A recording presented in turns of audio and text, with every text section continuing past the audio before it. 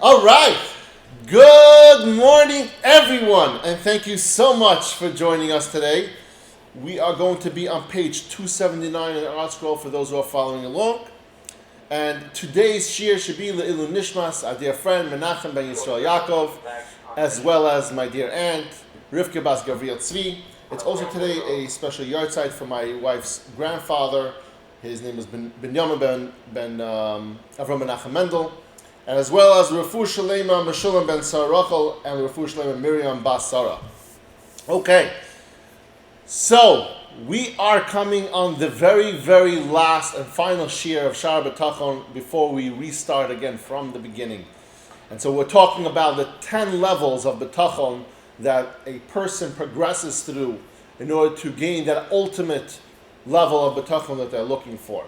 And so on Friday, we finished off in speaking about the 9th level of bitachon. The 9th level of bitachon is different than the 10th level of bitachon. Even actually all 9 levels are very different than the 9th level of bitachon. Because in the first 5 levels, we spoke about that a person hasn't realized Hashem yet. In the first 5 levels, a person, as they grow older and they mature, they only realize their capabilities or someone else's capabilities, still not recognizing that Hashem is the true administrator of all in the world. And the 9th level, we spoke about that a person submits himself to Hashem. And he says, look, Sameach b'chalko, that he's happy with whatever that he has in his life. And when he knows that whatever he has or he lacks or he doesn't have, this is what Hashem wanted him to have or not to have. This is what Hashem decreed for this person. On the 10th level of bitachon, we're going to find something very, very different. And so it goes like this. On the 10th level of bitachon, and when a person's perception of Hashem advances to the very, very top of that list, it's like this. He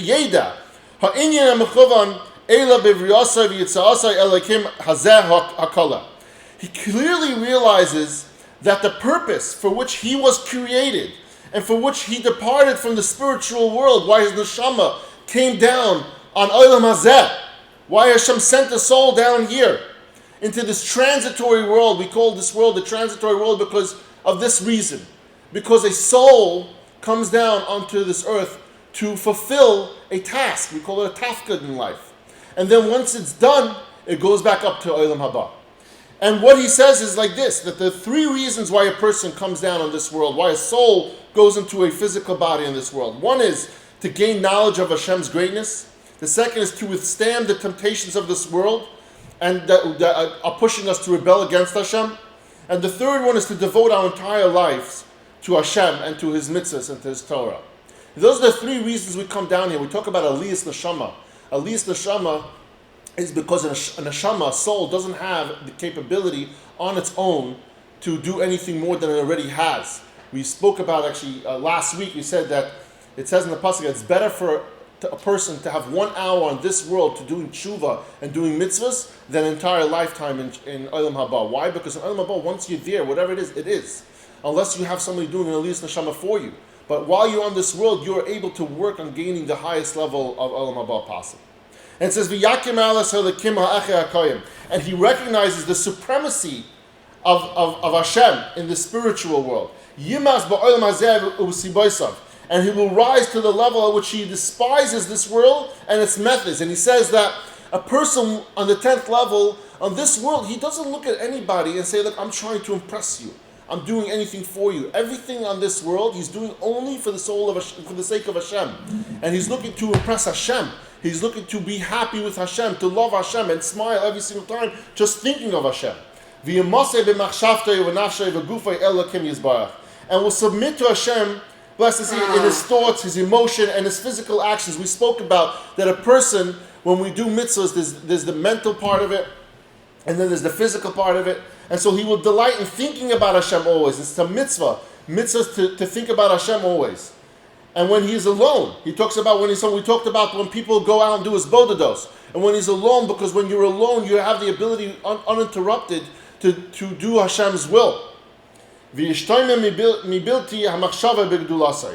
will feel desolate when not contemplating Hashem's greatness. That in the 10th level of bitachon, a person feels empty. He feels like he hasn't done the right thing today when he's not thinking of Hashem. And when he's not doing Hashem's will, when he's not learning, when he's not davening, when he's not doing mitzvos. Ve'im yiyeh b'makhelos. And if ever he should be among a crowd of people, lo yisyave ki im l'ritzoyneh, he will desire only that Hashem be pleased with him, and not that he's trying to impress other people that he's around. Ve'lo yichsav ki im lifku asay, and will crave the encounter no one other than Hashem, and that the only person that he's interested in being in the presence of is just Hashem. V'satridehu simchasei ba'ahavasei. His preoccupation with the joy he finds in his love for Hashem will divert him b'mesimchas anshay olam ba'olam, from the joy that worldly people find in the pleasures of this world. That he will be so preoccupied with just thinking and loving Hashem that he won't even have the time or the interest to even have the slightest love or will to want anything that's worldly matter. And then his whole day is preoccupied by that. V'simchas anshay olam haba ba'olam haba. And from the joy that people destined for the next world find in anticipating the reward of the next world. And this is the highest level. This 10th level is the highest level of those who trusted Hashem. They are from the Manavim, V'chasidim, V'zgulas, Azakim. These are from all the greatest of the world that have ever lived and still live today. V'hu masha amar akasav, and the pasuk says, Af oich mishpatecha Hashem kivinucha, l'shimcha l'zichrecha tavas nafesh. And at this level is what the verse speaks about, of when it says, even when we experience the way of your judgments, which means even when Hashem punishes us, Hashem we long for you, that we still want you and we love you. The only desire of our soul is to hear your name and remember you. And that's what it says in the 10th level, is that the only thing we're interested every single day is just love for Hashem. And that we realize that we're on this world only for that purpose. We're on this world for the purpose for 3 things. That's why Hashem sent our souls down here. To gain knowledge of Hashem's greatness, to withstand all the averos, all the temptations of life that cause us to do averos, and to devote ourselves to Hashem, to davening, to learning, to doing mitzvahs, to everything that Hashem wants. The Amar, it says in Pasuk, my soul thirsts for Hashem, for living Hashem, for living God. At this level of bitachon, one submits himself to Hashem so completely that all he wants to live according to his will and cling to him. And talks about clinging to Hashem. It says, bitachon, when clinging to Hashem, we might think that the only way to cling, to get close to Hashem, to hold on to him is on this 10th level, and that's not true. Every one of us has a level of bitachon that we hold on to, and that we strive to get better and better every single day. That level is what you started doing, you're clinging to Hashem. That is called clinging to Hashem.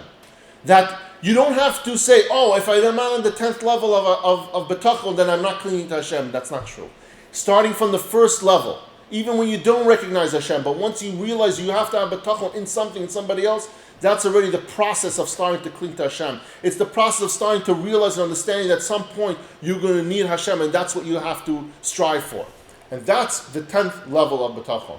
And Rav Av summarizes, Eile Eisa Esa Madregas HaBitachon. These are the 10 levels of trust that exist, from the smallest infant to the greatest of tzaddikim on this world. And anyone who has trust will inevitably be one of these 10 levels that we just learned.